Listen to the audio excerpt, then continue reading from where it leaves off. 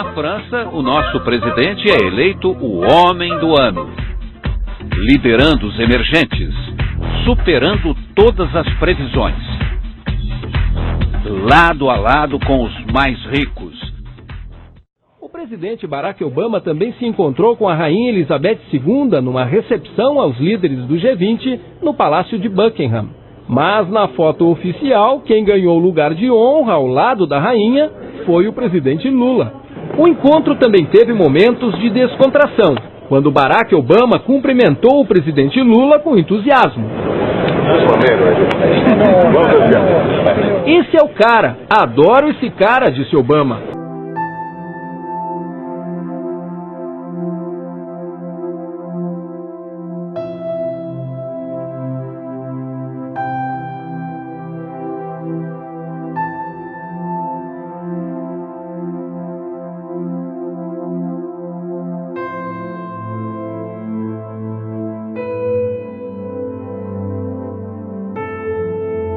Só para completar, eu mencionei a minha integração porque foram eu disse que eram 4 coisas. Então, as iniciativas tomadas logo no início, em relação a posição, melhor, num caso é posição mais do que iniciativa, a posição com relação à guerra do Iraque, as posições com relação à ALCA e ao OMC, e o esforço de integração sul-americana são marcos que mostram para onde vai o país. Agora, claro que isso não está isoladamente, isso ocorre juntamente com uma aproximação maior com a África, uma aproximação maior com outros países em desenvolvimento, uma aproximação com os países árabes, sem hostilizar Israel. Nós nunca hostilizamos Israel, isso é totalmente um engodo.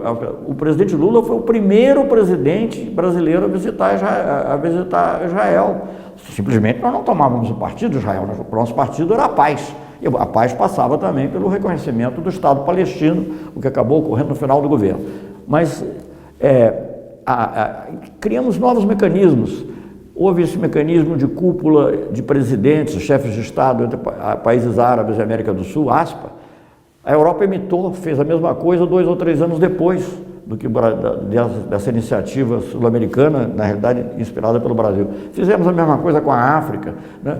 E tudo isso teve uma imensa repercussão em termos de comércio e em termos de credibilidade do país. Então o Brasil passou a ser um ator global, simplesmente. Eu não posso entrar em muito detalhe, porque o tempo não permite, mas dentro desse contexto multipolar que eu já havia mencionado antes, de não ter uma hegemonia absoluta de um único país, o Brasil foi chamado, por exemplo, por uma conferência restrita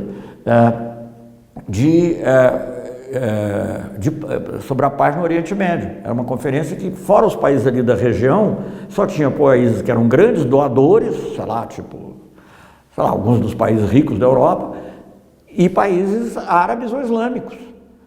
O Brasil, os únicos países em desenvolvimento convidados, não árabes e não islâmicos, foram Brasil, Índia e África do Sul, o que é muito interessante, porque uma das primeiras iniciativas também do governo Lula, né, foi a criação do IBAS, né, em inglês a sigla IBSA, que era um mecanismo de cooperação entre países em desenvolvimento, com várias vertentes importantes, que seria muito longo eu explicar aqui, mas inclusive de ajuda a outros países também. O IBAS teve programa de cooperação premiado pelas Nações Unidas, programa de cooperação no Haiti, programa de cooperação na Guiné-Bissau e em vários outros lugares. E isso tudo foi colocando o Brasil no mapa do mundo, e não fomos nós que o Brasil se mete, não é o Brasil que se mete, o mundo vê a importância do Brasil. Daí é que nasce também o pedido do presidente Obama para que o Brasil ajude na questão do programa nuclear iraniano. E o Brasil ajudou, e conseguiu, aliás, o que eles não estavam conseguindo. Na época, por razões de política interna, os Estados Unidos rejeitaram, mas 2 ou 3 anos depois, o próprio Obama foi adiante na mesma direção. Claro que com o tempo passa, as coisas não são idênticas, mas enfim, na mesma direção. E veja bem, esse protagonismo não buscado, mas natural do país. Vamos lembrar de uma coisa: o Brasil é o 5º país do mundo em território, 5º em população. Chegou a estar entre a 7ª ou 6ª maior economia do mundo, mas certamente, mesmo num período como o nosso agora, está entre as 8 ou 9 maiores economias do mundo. Então o Brasil tem que ter um papel importante no mundo. E o que acontece no mundo interessa ao Brasil. E o Brasil pôde fazer isso levando para fora a agenda que estava sendo implementada dentro também, com ênfase na justiça social, com ênfase nos direitos humanos, mas numa concepção dos direitos humanos que não fosse exclusivamente formal, que é importante também, mas que também tivesse esses aspectos de justiça social, de combate à desigualdade, de combate à fome, né?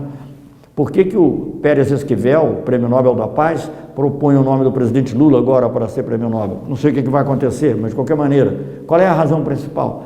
É que o Brasil, durante o governo do presidente Lula, o presidente Lula retirou milhões de pessoas, dezenas de milhões de pessoas da pobreza, acabou com a fome, que está voltando, mas acabou com o Brasil saiu do mapa da fome e da FAO, e o Brasil não só era um exemplo, né? O Chirac percebeu isso, mas era um ativo participante de programas de cooperação com a África, em outros países da América Latina, Caribe, etc.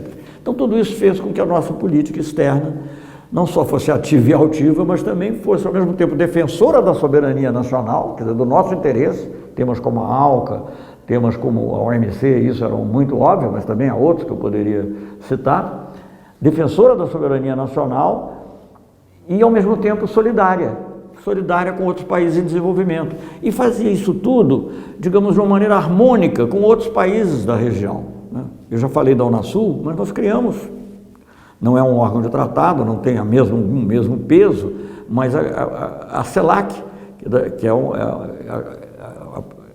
digamos, corresponde a todos os países da América Latina e Caribe. A primeira reunião se dá em Brasília, se dá no Brasil, em Sauípe, na Bahia, pouco depois, aliás, da criação da Unasul, e é a primeira vez na história, estou repetindo aqui uma coisa que o presidente Lula gostava de dizer, mas é a primeira vez na história que os países latino-americanos e caribenhos, no caso dos latino-americanos e de alguns caribenhos, pelo menos o Haiti e a República Dominicana, depois de 200 anos praticamente de vida independente, é a primeira vez que eles se reúnem sem a tutela, seja das potências coloniais, seja da Europa, ou seja, sobretudo, dos Estados Unidos, da superpotência do hemisfério. Criamos também um Conselho de Defesa sul-americano, tudo isso foi mexendo com a geopolítica da região e o Brasil passou a ser chamado. 2 exemplos para mostrar como o Brasil era considerado na época.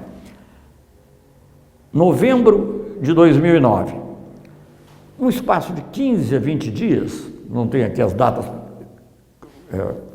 totalmente presentes, no espaço de 15 a 20 dias, vem a Brasília, entre outros, porque eu não estou nem mencionando todos, mas vem entre outros, o presidente de Israel, que é o Shimon Peres, o presidente da Autoridade Palestina, Mahmoud Abbas, o presidente do Irã, Ahmadinejad, e o presidente da França.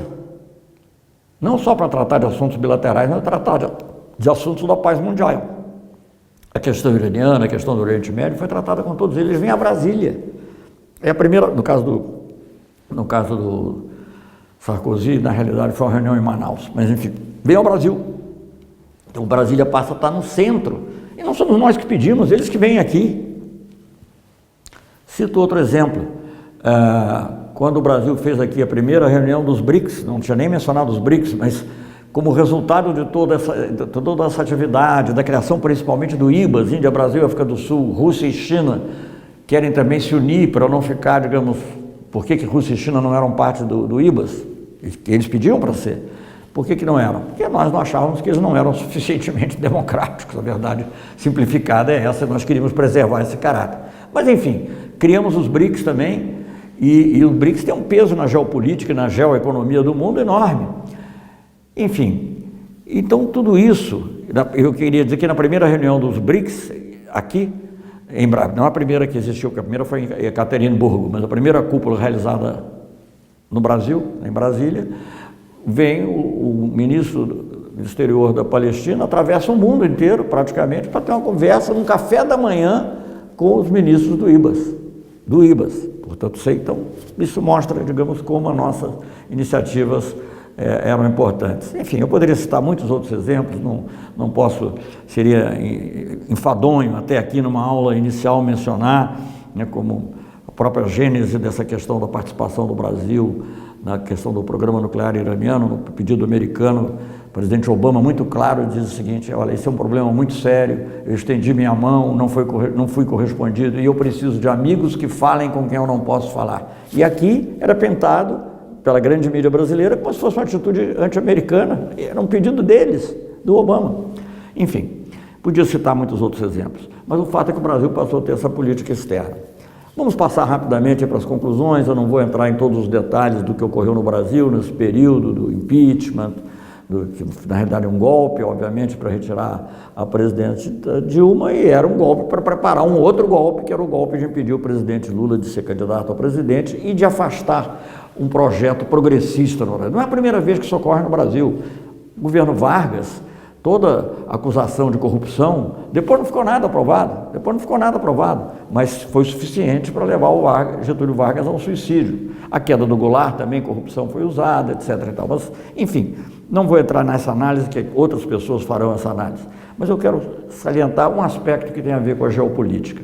Era a importância que o Brasil tinha assumido no mundo, com coisas como o BRICS, isso coincide com a descoberta aqui do pré-sal, e a integração da América do Sul e da América Latina. Eu vou fazer, como várias vezes faço em muitas aulas minhas, estou me repetindo, mas provavelmente quem está me ouvindo não assistiu a essas aulas. Houve duas capas da revista Economist. A revista Economist é talvez a principal revista, digamos assim, de uma direita liberal civilizada, né? Ela talvez nem se considere de direita, mas enfim, certamente pró-capitalista, pró-crítica da esquerda no mundo inteiro, mas ela é razoavelmente civilizada e tem que ser bem informada para poder atender o seu público. E a revista Economist fez duas capas em que o Brasil aparece de maneira proeminente.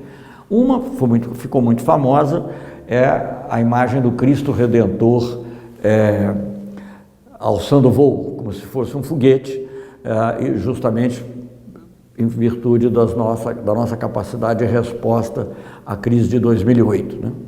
O Brasil rapidamente se tornando uma economia, quer dizer, rapidamente recuperando o crescimento econômico. E a outra, que para mim é até mais significativa do ponto de vista político, é uma capa que tem o continente americano de cabeça para baixo, quer dizer, de cabeça para baixo de acordo com a convenção, porque Deus não disse o que tinha que ficar em cima ou o que ficar embaixo, mas pela convenção predominante, não foi sempre assim não, né? Houve mapas diferentes, né?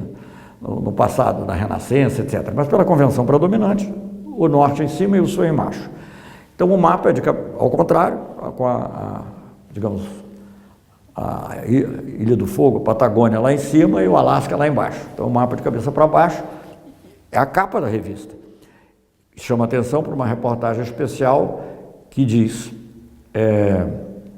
A Ascensão da América Latina, é o título.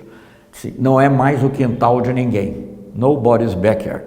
Por quê? Porque a América Latina sempre era referida por nós mesmos, às vezes de maneira assim, complexo de vira-lata, né, pejorativa, mas pelos próprios acadêmicos norte-americanos, sobretudo os que lidam com defesa, eu fui ministro da Defesa também, pude constatar isso, como o quintal dos Estados Unidos. Quintal estratégico.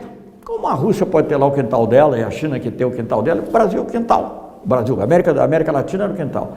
E todas aquelas iniciativas que o Brasil havia tomado, a projeção que ele havia obtido, a descoberta do pré-sal, que é algo muito importante aqui do ponto de vista interno, e todo o desenvolvimento social e econômico e o prestígio do presidente Lula. A integração da América do Sul, né, em que a liderança...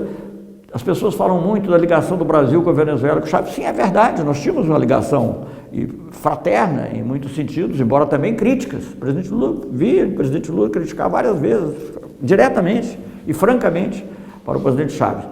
Mas não era só com ele. Quando o presidente Uribe, da Colômbia, que era uma pessoa de direita, tinha um problema, sobretudo com a Venezuela, outra vez também teve com o Equador, ele não ia para os Estados Unidos, ele vinha para o Brasil, ele vinha conversar com o presidente Lula, porque ele sabia que ele que podia, de fato, ajudar. Então, o Brasil tinha crescido de uma maneira extraordinária e tínhamos deixado de ser o pátio traseiro, para usar a palavra em espanhol, backyard, quintal, dos Estados Unidos. Eu acho que esse conjunto de coisas que eu mencionei, eu não vou novamente resumi-las aqui, mas vocês podem fazer um esforço depois de anotar essa projeção internacional, a integração sul-americana, a busca na África, nos países árabes, etc. Tudo isso, a criação dos BRICS, etc., tudo isso dá ao Brasil um peso que antes não tinha e dá à América do Sul e à América Latina possibilita uma atitude que também ela não tinha. E aí eu acho que isso mexeu com os interesses geopolíticos e geoestratégicos. Infelizmente, o resto é história. Mas a história, sabemos, não terminou. ela vai continuar. E eu tenho certeza que, embora nós estejamos vivendo um período muito duro, muito difícil, com ataques à democracia, com ataques aos direitos humanos, né? Nesse momento que eu estou aqui gravando esse programa, tomo conhecimento da extinção da Comissão sobre Tortura, mas enfim, não vou relatar a perda de consciência em relação a problemas de gênero, de raça, etc., os cortes na educação, tudo isso, e essa política externa que está totalmente desorientada, ou melhor, mal orientada, né, a ponto de nós termos corrido o risco de entrarmos numa guerra, porque nós estivemos perto de uma guerra na situação da Venezuela e abandonando princípios fundamentais, como solução pacífica de controvérsia, princípios constitucionais, né, a busca do diálogo, enfim, a não intervenção, etc. O fato é que nós vivemos esse momento difícil, isso se reflete na política externa de maneira dramática, a credibilidade do Brasil nunca teve tão baixa, mas nós sabemos que esses momentos passam. É claro que não passam de graça, você precisa lutar e se empenhar por isso, mas é preciso também ter um horizonte, ter uma noção de para onde vamos. E eu acho que o que se passou nos últimos governos, nos últimos períodos do governo Lula e Dilma, falo na política externa, poderia falar um pouco do governo Dilma também, inclusive na parte da política externa de defesa, mas não vou deixar isso de lado no momento. E eu diria que isso não vai se repetir igual, porque a história está sempre mudando, né?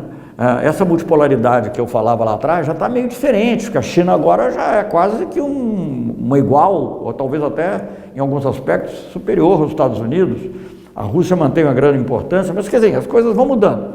Mas o fato delas mudarem não quer dizer que aquilo que ocorreu não possa nos servir de inspiração, da mesma maneira que os 8 breves meses de Santiago Dantas, lá atrás no governo Goulart, também foram inspiração para nós.